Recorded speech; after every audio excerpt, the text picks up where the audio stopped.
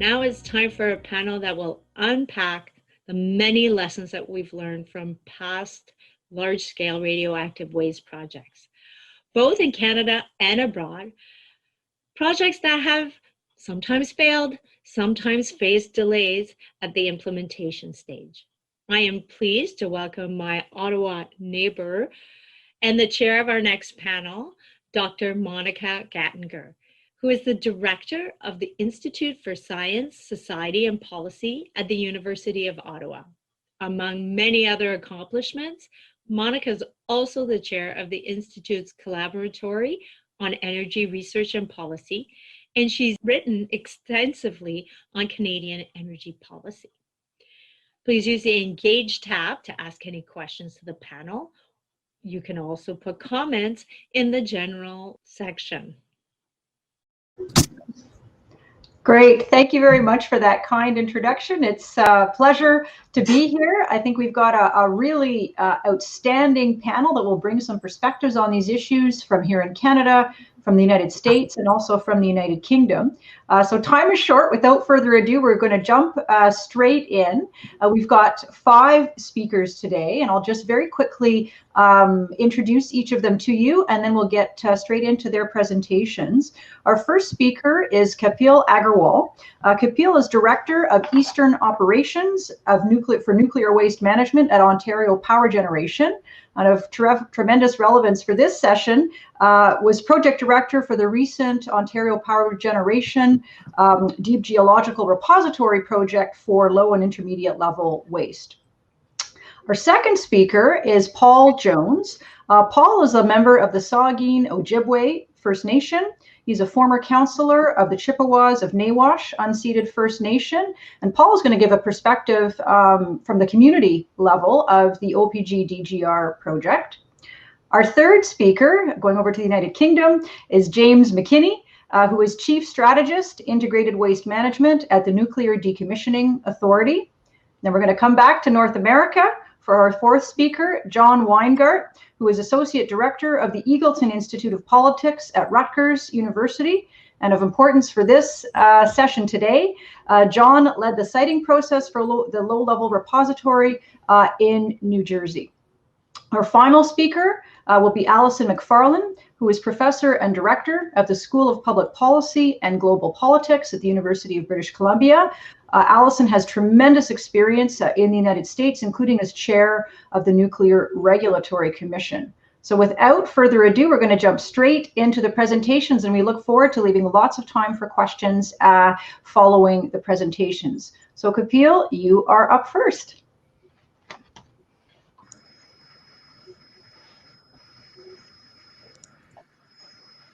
Okay, thank you, Monica, for that introduction. Let me first provide a brief introduction of myself. My name is Kapil Aggarwal. As Monica indicated, I'm the Director for Eastern Waste Operations and the DGR project for Ontario Power Generation. I've worked at OPG for over 20 years, and I joined the Nuclear Waste Division at OPG at the end of 2018. And today I'm going to talk to you briefly about our DGR project for low and intermediate level waste and share with you some of the key lessons learned from an engagement perspective. Let me first start off by providing a summary of the project. OPG's DGR project was a plan for permanent disposal of low and intermediate level waste from our 3 OPG-owned nuclear stations, Pickering, Darlington, and Bruce. The plan was to build a repository at our Western Waste Management site, which is located at the Bruce nuclear facility. The repository would have been constructed in sedimentary rock, it would have been 680 meters below the surface. We conducted years of studies, and those studies showed that the rock was technically ideal for a DGR, and this was supported with a strong safety case. The project really got its start in 2001 when the local municipality, Kincardine, approached OPG to ask about our plans for permanent disposal. We were already storing low and intermediate level waste at the Bruce site at the Western Waste Management facility on an interim basis, and we continue to do so today. I won't go through the entire timeline that's on the slide today. We only have about 5 minutes, so there are many more milestones that you can see on the slide that we went through.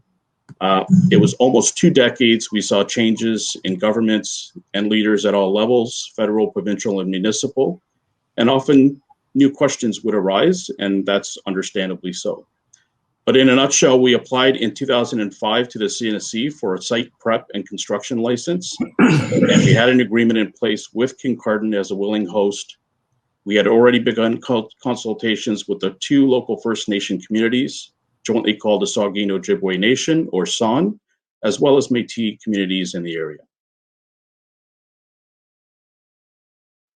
On the environmental assessment, a federal joint review panel held public hearings, and in 2015, it was recommended that the project to proceed, with many conditions.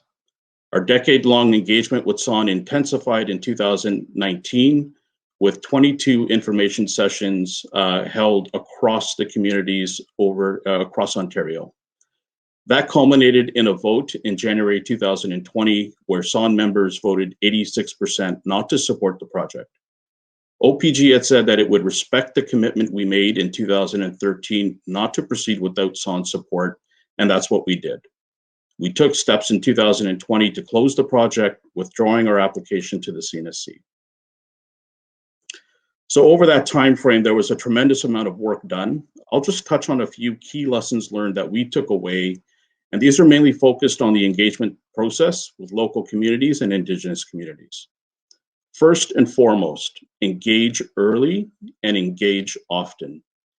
And do that well in advance of any project.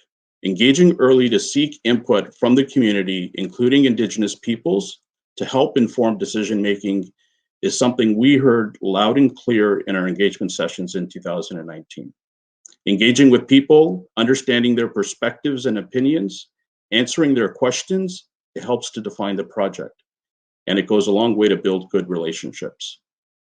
Also, engage at all levels, with leadership, absolutely, but also with community members.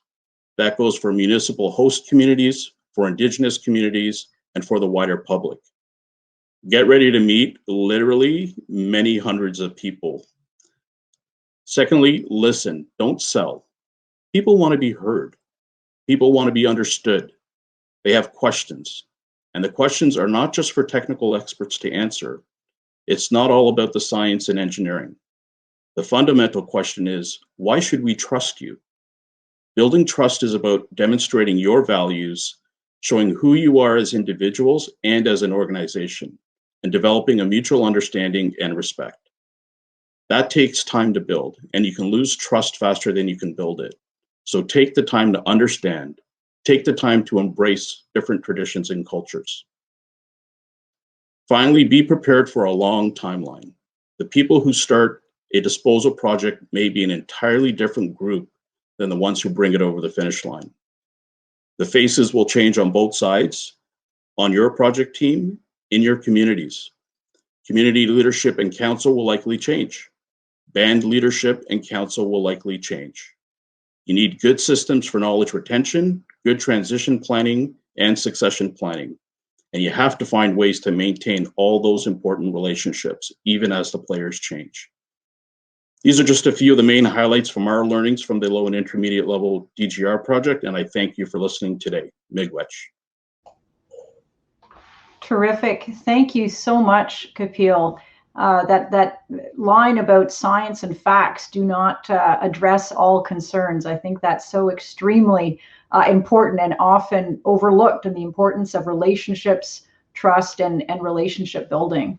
So we're really fortunate to have with us a member of the community who participated in the process for the DGR project, OBG's DGR project. It's a wonderful opportunity to hear from a community member. So Paul, the floor is now yours. I'd like to say that I'm presenting here from the Saugeen Ojibwe Nation territory, and in particular, the Chippewas and Nawash homeland as well. Yes, I was, and I sat on council for a long period of time, so I was seeing a lot of, as this previous speaker mentioned, a lot of changing faces, and some we asked for and some were imposed upon us. It seemed like it was always a very short, they were changing them quite often on the other side, what it seemed like to me, because you always had to reteach people about your position. So when you're talking about the engagement process, you have to set the stage that consultation and accommodation is something that's been set out as at a Supreme Court ruling that we have to be consulted and we have to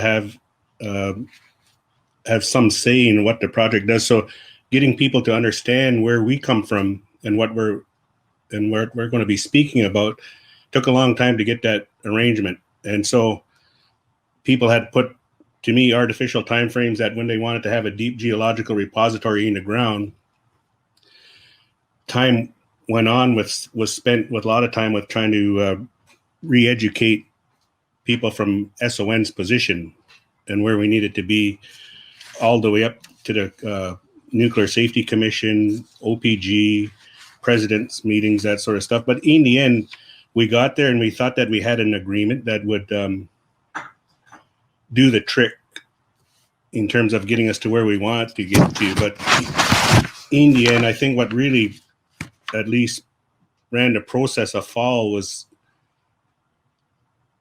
having a vote, and whether it was a vote that was brought on by the SON territory too early, or OPG asking us to go to a vote too early when we had yet barely begun the process. If you think about it, OPG, look how long OPG's had dealing with their particular project, and then how long that they engaged us meaningfully and then set up a community process was only a short period. Out of all of that particular time, the community process was a couple of years, and then get to a vote. So that's one of the things that went wrong, is too early of a vote.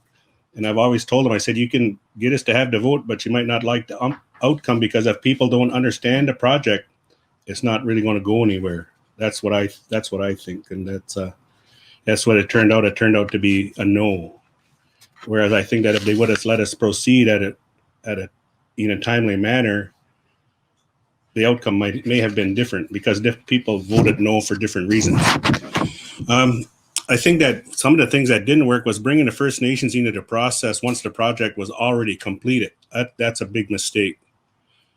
Only engaging us meaningful during the project consultation and not during the scoping and problem and development of potential solutions, long-term engagement and consultation on a nuclear.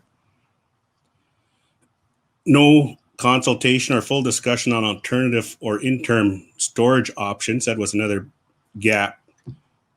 No honest discussions about nuclear or worst case scenarios. So it's hard to give a yes if you haven't explored all the ins and outs of what could happen. Even though people are telling us it's safe, but everybody says that about a project that they want to go, it's safe. So we have to be comfortable about saying yes if we feel it's safe. Try not to.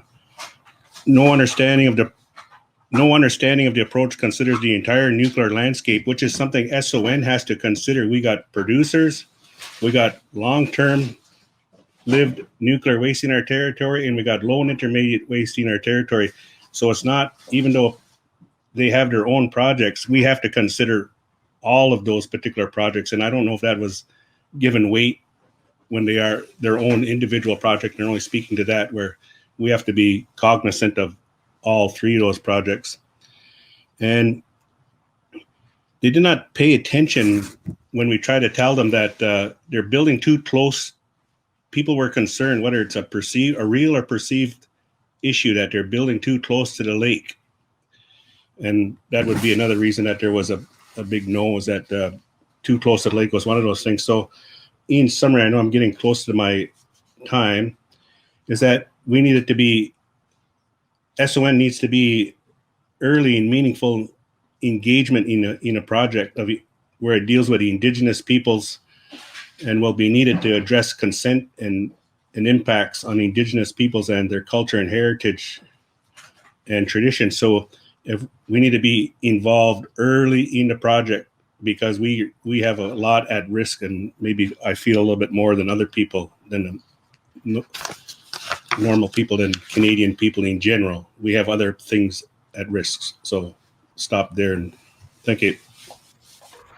Terrific. Thank you so much, Paul. I think you brought forward that issue of time, the importance of having enough time from a community perspective to really understand the project and the early and meaningful engagement, the development of a project in partnership, and the importance of that early engagement in project scoping. And then the other thing that really struck me was about safety. And this, we often hear about safety from a social perspective, right? What does safety mean to the community, and understanding those issues. So thanks so much. I've no doubt we'll have lots of questions and opportunity to discuss on that. So we're going to go across the pond now and hear from James McKinney about his experience in the UK and notably with the Nuclear Decommissioning Authority. James. Thank you very much, Monica. Just perhaps giving a slightly different perspective in that, so my area of responsibility with the Nuclear Decommissioning Authority is the entire life cycle of waste management. And I've been involved in waste management projects and really developing strategies for 25 years. And I think looking at the exam question in front of us, what we really learned from the past is part of it is to recognize that waste management is a journey.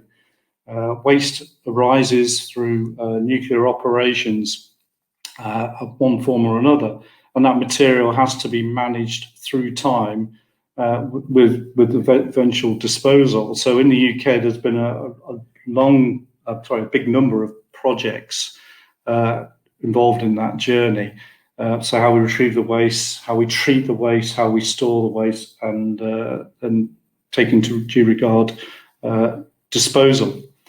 So some of the lessons, I think, from the past that stem really from two main areas. One is around actually, when you talk about projects, the technical, so there's the science and the engineering, but already discussed at length is the whole area of public acceptance, public supports, that whole stakeholder engagement, and some of our learning's been touched on already.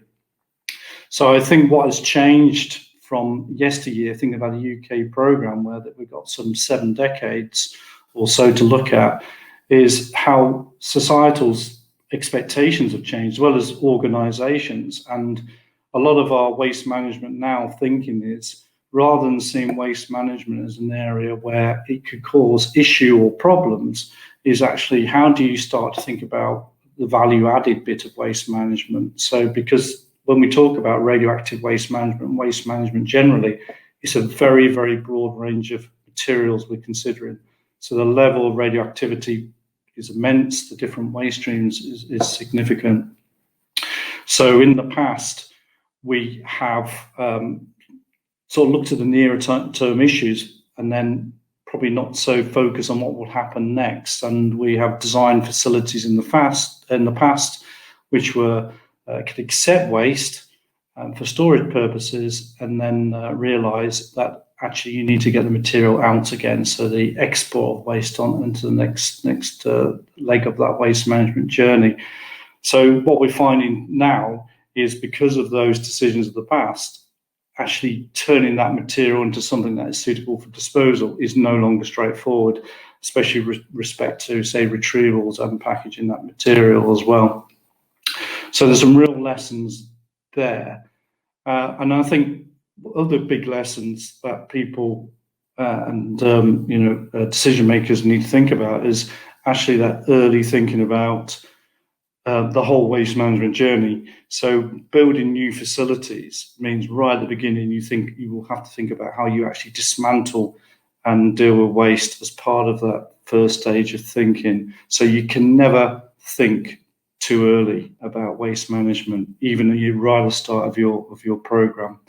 And also another lesson learned is the more you know about the waste, in terms of it's not just its radiological properties, but its chemical makeup, its physical makeup. The earlier you know about the waste, the better. And I think we always talk about the categories of waste as distinct and separate. There is a link between low and intermediate level waste. They're defined.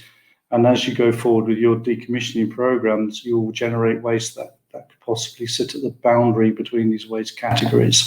So in our eyes as well, having a flexible and agile waste management solution is really, really important, because that means you've got more waste options there. You've got more opportunities to sort of deliver programs that take into due regard values such as the finances, but also the technology advances you can bring on board, but also recognizing that you have to understand and learn about the waste as well. And I think as part of this, that whole waste management journey is you need that disposal capability as well to deal with these materials. And what we found in the UK, which is obviously very different from Canada, is space. From the United Kingdom is a small country with a high population, and you soon realise if you don't manage waste effectively, you will exhaust disposal capacity. And we found that with our low-level waste repository that in the past, without really exercising waste minimisation thoughts and activities to really think how you reduce volumes of waste, you would end up filling that repository very quickly. And we've been very successful at looking at diversion activities where you can recycle metal, you can sufficiently clean it up, for example, or you can look at alternative disposal opportunities for the much lower end of that low-level waste spectrum as well. And I'll simply finish with just saying there's some really good points already made in terms of that proper local community involvement and getting the public involved in what you're doing. And early dialogue is essential. And I agree with the phrase when somebody used previously, I think it was Kapil, was talking about building trust and the fact you can lose that trust so easily. And a lot of our work at the moment with respect to geological disposal is actually trying to embrace that whole area of early dialogue, community involvement as we move towards the next stages of our work. I'll stop there. So thank you very much. Terrific. Thank you so much, James. I think what really struck me in your remarks, and it builds on some of the other comments that have been made, is the need for an integrated perspective. So integrated across the technical aspects, the social aspects, the policy and regulatory aspects, but also integrated over time. That metaphor of a journey, I think, is really useful in that context. So we'll be back. We're coming back now to North America, but this time to the United States. So John, the floor is yours to share with us your experience with siting in New Jersey. Thank you, and good morning. In New Jersey, we started out with a sort of traditional process for finding a site for a low-level radioactive waste disposal facility where, as a state agency, we would make a decision, we'd announce it, and then we'd defend it in court for 2 or 10 or 20 years. And we had a commission that was set up in the law, a siting commission of volunteers, and they came to the conclusion fairly early on that this process was not likely to succeed, or if it succeeded, it would be at too high a cost in terms of time, in terms of community lack of acceptance.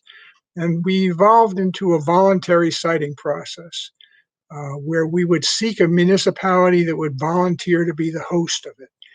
The attractions of that were significant. It was real public participation. It wasn't saying, here's a 500-page document to the public, you have 30 days to comment on it. It was saying, if you're interested in this, we'll come in and we'll meet with you, we'll look at the site, we'll talk about the design, and at any point, you, the town, can say, well, we were interested, we're not interested anymore. This process recognized that one of the studies of risk show that one of the factors in increasing risk is a lack of control over what's going to happen, and that people fear less something in which they have some control. And the classic example being flying on an airplane is generally felt to be more dangerous than driving in a car, even though that's not true, but you do have the feeling of control with a car. One other aspect of moving to a voluntary siting process was we didn't need to find the best site. We needed to find an acceptable site. And I think that's an important distinction to make. We also felt that we were going to succeed. those of us working in this effort thought, or not that we were going to, but that we could succeed. The siting board was able to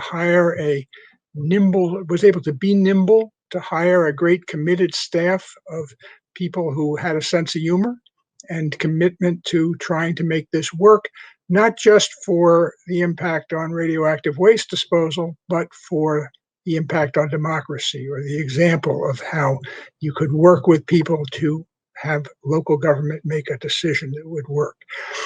We quantified the benefits. We said to a town, this is what the amount of money you will receive at a minimum. And we had some success, contrary to expectations. We had a dozen towns that came forward and publicly said, we'd like to consider doing this.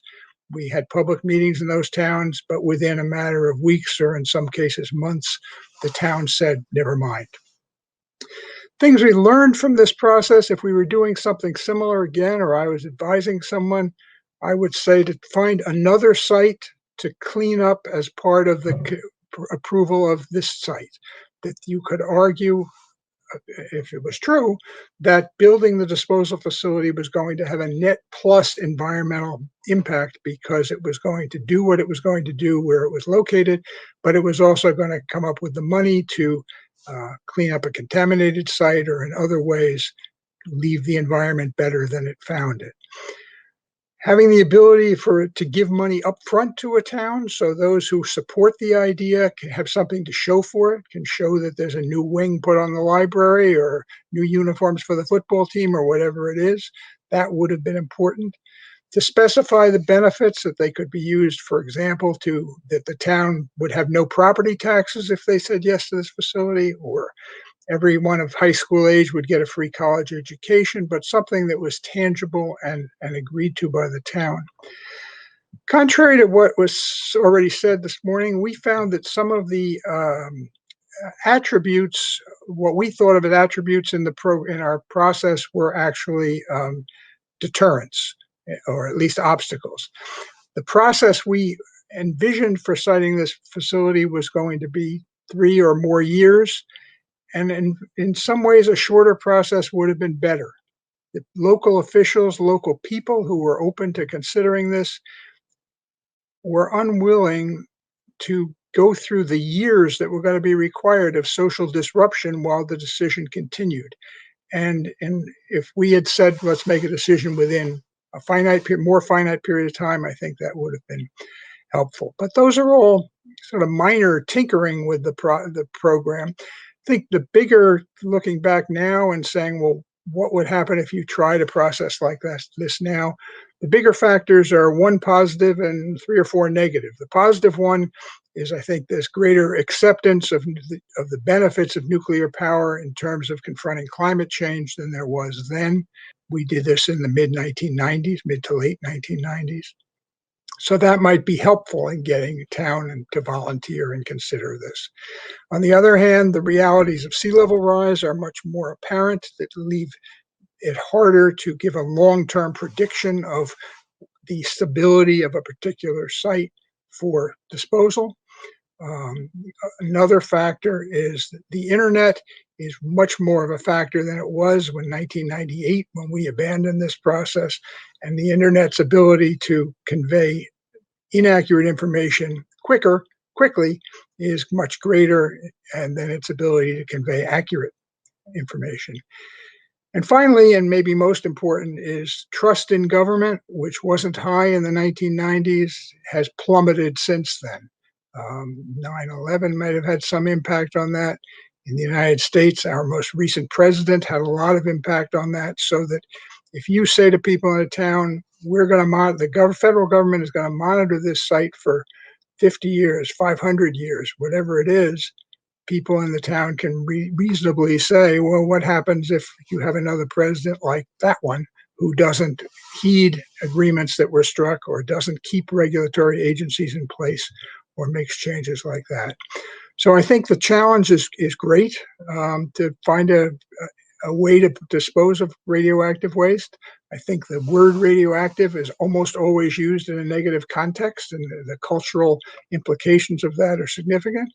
But I think the benefits of trying to make local democracy work and were worth trying and would be worth trying again. Thank you. Great. Thank you so much. And John, I don't know that you mentioned it, but you wrote a book about your experience, and it is listed alongside your name. So for those who are interested in learning more, what a tremendous, I don't know if experiment is the right word, but in really turning the siting process on its head. In terms of approaching communities and asking them to signal their interest. We have a similar process underway in Canada, as you might know, for disposal of high-level nuclear waste. It's a willing host concept and adaptive phased management led by the Nuclear Waste Management Organization. So lots of questions and grist for discussion coming out of your presentation. I would encourage our audience members to start sharing their questions, because after our final presentation, we're going to move in to audience Q&A. So please don't be shy. Put forward your questions. And if you don't, know that I will just charge right in and ask questions, because I've got lots based on the presentations we've heard so far. So our final presentation is from Allison MacFarlane, again, focused on the United States experience. Allison. Thank you. So I'm going to run through what happens in the US in terms of high-level nuclear waste disposal, largely materials from spent nuclear fuel from nuclear power plants. And there's quite a bit of that material now at 65 sites in the US. A lot of it is in either spent fuel pools or in dry casks pictured here. The history of high-level waste in the US starts in 1957, when they actually realized they had to deal with this material and dispose of it somehow. In 1982, they passed the Nuclear Waste Policy Act, which mandated disposal in a geologic repository and established governmental roles for doing so. It also made a contract with the utilities that owned the spent fuel and said that the government would start picking it up by 1998, which of course it hasn't done.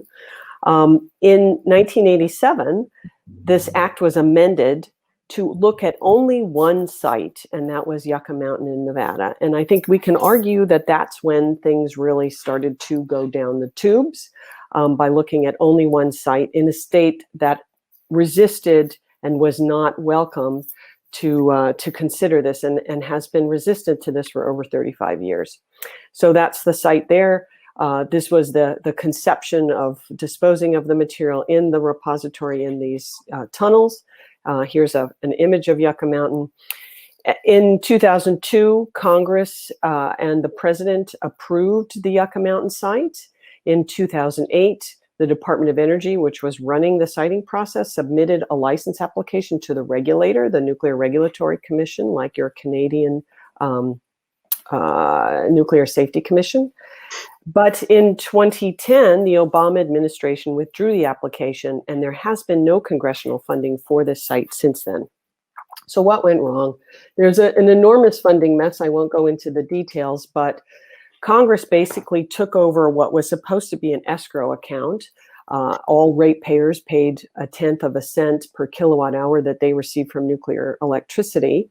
And they treated that money like it was tax revenue, and basically it became very difficult to distribute. There are no incentives right now to really make progress. In Congress, most of the politicians are just focused on the next election, and nuclear waste isn't causing them a problem. The administration doesn't have legal authority to solve the problem because of the existing legislation. The utilities are really focused on reducing costs. They don't want to do anything. The regulator doesn't have any forcing mechanism. Many public interest groups want to just leave the waste in storage. So the only ones who are interested in moving this material are the facilities where reactors have shut down, the communities where reactors have shut down, and they no longer want this material there. So why has the US failed? The siting process was flawed. It wasn't consent-based, and Nevada never wanted the site. Yucca Mountain has always been used by political forces for other political issues, and it affected the funds available for it. Setting a deadline in the law was a mistake because it allowed lawsuits, and now we have this enormous payments from taxpayer money going to the utilities to pay for this this violation of the contract, and there haven't been any champions in industry or Congress or the administration to move this forward. So you've heard a lot about this already, but I'm just going to reiterate what's needed to establish a repository. You need, first of all, a competent, well-funded implementer and regulator that's trusted, as you heard. You need, I think, the ability to opt out or to veto a site up to some pre-established point for community, and as you heard already, the ability for community to retain some control over the facility. A sense of control is really important. Compensation, as John mentioned, is also important in some form, and the ability to seek out for the community to seek out their own technical independent information, so that they can confirm what they hear from the implementer. And I will stop there. Great. Thank you so much. Thank you so much, Allison. And what a great presentation and slide to end on. It really sort of lays us out in terms of, all right, what do we do potentially going forward? So we only have a couple of questions that have come forward from the audience so far. So I really want to implore folks in the audience to bring forward their questions. There's lots of opportunities here for discussion. If not, I will barrel ahead as noted. One of the just quick questions somebody was asking is what is SON? Often referred to as the SON by some, and I just wanted to jump in and give Paul an opportunity to share what that stands for and maybe tell people a little bit about the Saugeen Ojibwe Nation. Yes, that's exactly what it stands for, the Saugeen Ojibwe Nation. We have two treaties, 45 and a half and 45, and the peninsula used to be called the Saugeen Peninsula at one time. The Bruce Peninsula was called the Saugeen Peninsula.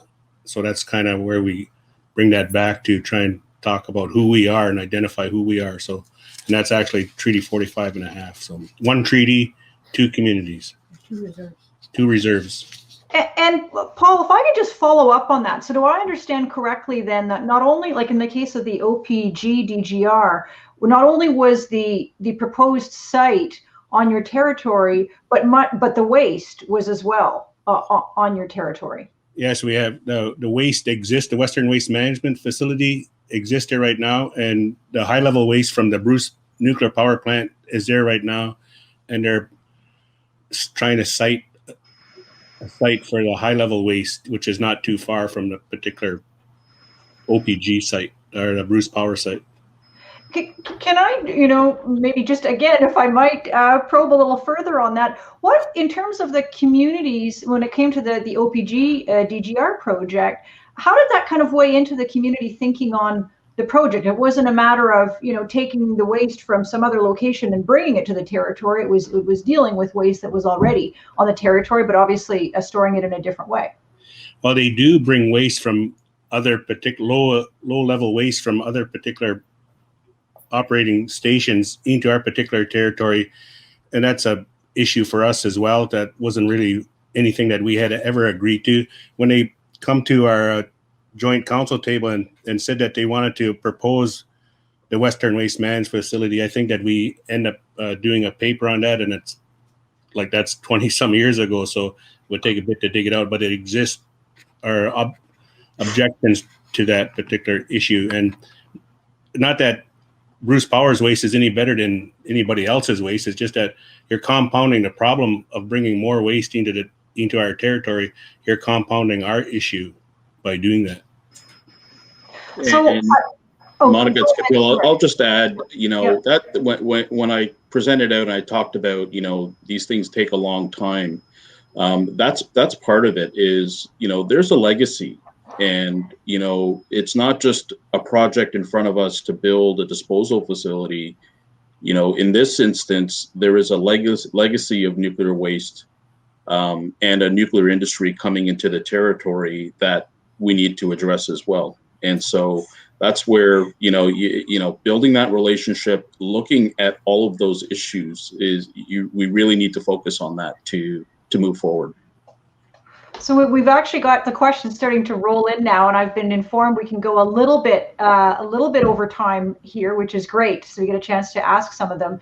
One of them actually does pertain specifically again to the OPG's DGR process, and then we've got some broader questions that we can bring in our other panelists. But the one related to the DGR, the question is, we heard a lot about what went wrong with this project, but can both sides, as the terminology is used here, can both panelists, let's say, name one thing that went well? Maybe Kapil, I'll start with you. Absolutely, and I came into the project, fairly late in the overall timeline, but I can say that the relationship between OPG and the Saugeen Ojibwe Nation remains very strong. The relationships that we've built through those years, even though we didn't get to the outcome that we wanted, we continued to have dialogue and a mutually respectful and beneficial relationship. So I think that's a huge win. Paul, what about from your perspective? What can you name one thing that went right? I think getting an agreement that recognizes that SON has a Saugeen Ojibwe Nation people have to give consent for these particular projects to proceed. That's a big win. And a big recognition on the government's parts as well, to recognize what Aboriginal people are actually bringing to the table. So, but could I just pick up on the legacy issues? And I meant to say that when I was in my speaking notes, is that the legacy is one of those issues that we had tried to get on the table, but didn't get a lot of time spent working on the legacy issue. So it's one of those things that fell but off the table, but it would have been a strong point to keep the talks going. And right now there's very little talks going between OPG, even though they still have a lot of waste in our territory that is still up in the air. Right. So we've got a few questions here that are, again, at the community level, but they're more general questions, and I'd love to invite our other panelists to jump in as well. So one of them, and I think it's an interesting one, do you think that the benefits of nuclear power to society in general is an important factor to a potential host community for a waste management site? In other words, do they think about the benefits of nuclear when it comes to their consideration of hosting? Can I jump in there, Monica, and say that there's an example from Sweden where the Swedish high-level nuclear waste site, the community that's going to be going into, does feel that way. I don't think necessarily all communities will feel that way, but some will. And I don't think we can say that all communities are going to be the same and approach a nuclear waste siting project the same way. They'll see different pluses and minuses. And so I don't think it's good to make assumptions going in. Monica, just to add to that, I think it's good to look at international programs and see the benefits and learning from it. But with all this, the actual answer is that local focus as well. So agreeing with what Allison was just saying, at the end of the day, it's that local engagement is so important. So it really depends on the community you're engaging with. So I don't think there is an off-the-peg solution to this. I think the important thing we already emphasised already, that whole early engagement and getting people around the table to discuss the issues early. Yeah. John, did you want to share a view? Yeah, in my experience, the answer to the question would be no. That people, if people in a community feel they're making some kind of sacrifice, they're not going to want to do this. They'll do it because it's in their own, consider doing it because it's in their own interest as a town, not because they're stepping up to meet a societal need. And I think in general, there's a balance between having an open regulatory process that considers all sorts of issues and one that is so cumbersome that it leads people to say, well, this must be even more dangerous than I thought, or they wouldn't be throwing all these benefits at us. They wouldn't be putting all these restrictions on it. Well, I'm going to actually just pick up on that because it relates to one of the questions that's been asked, which is economic benefits up front can also be perceived as buying the community. How do you navigate that? So I'll come back to you, John, and then open it up for others. Well, that question did come up in New Jersey, and what we said, and I would say is, and it's close to the what we just discussed, is New Jersey needs one of these facilities, or so we thought. And the town that takes it is going to be doing a service to New Jersey, helping out the state, and deserves some benefit for that. And so, and plus a town, if it was accepting any other kind of light industrial development, would get taxes from tax revenue from it. So there's no reason they should get less, and the reason they argue they should get more for building this facility. Thoughts from other panelists on that question about economic benefits can be kind of perceived as buying off a community, and how do you kind of navigate or balance that, weigh that? I think. Go ahead. Okay, maybe I'll say a few words. I know when we were looking at this for our DGR project, you know, obviously economics from a dollars point of view is part of that, but we also had to, you know, part of listening to the community and, you know, the leadership was understanding what other benefits, you know, it could be jobs, it could be, you know, local investment in community services, it could be, there's a range of things that you can look at, you should look at when you're looking at, you know, what benefits will come to the community as a result of this project going forward. So, you know, and that's part of listening to the community and understanding what the needs are of the communities. So, yeah, I would say that I don't think you can start out with the assumption that every community will reject this. And that's underlying the question about sort of a bribe. Because there are some communities that actually have welcomed these kinds of facilities. In the United States, there are communities that actually choose to have prisons over universities. Santa Fe, New Mexico, for instance. You know, things that might confound us. The Waste Isolation Pilot Project, which is one of the only operating deep geologic repositories for nuclear waste in the world. It's in southeastern New Mexico. The community invited this, and they have been, for the large part, happy with this. It's really improved their community. It's brought a lot of economic resources to their community. You can't discount that. So we're going to have to wrap up, but Paul, you had wanted to share something, so we'll leave the last word to you. Yes, there's going to be resources no matter where it goes that's going to follow this particular waste wherever it goes, and that's just a way the job should be done. But I also think too that for SON, Zagi and Ojibwe Nation territory people, we were concerned trying to not talk about resourcing until we found out if is it safe and is it environmentally safe for us about our territory, because the Bruce Power site actually has the biggest footprint in our particular territory as we stand right now. But once the high level waste or low level waste, intermediate stuff gets buried here, that's another big footprint in the territory. So there is resources being gathered to take care of this stuff. So resources should follow wherever it's at, and people should benefit from that. Great. That sounds like a really good note to end on. This is the moment in these sessions where I sure wish we were live and in person, because I think that you would be getting a very hearty round of applause. It was a terrific panel. Thank you so much, all of you, for sharing your perspectives, and really appreciate the opportunity to chair this session. Thank you.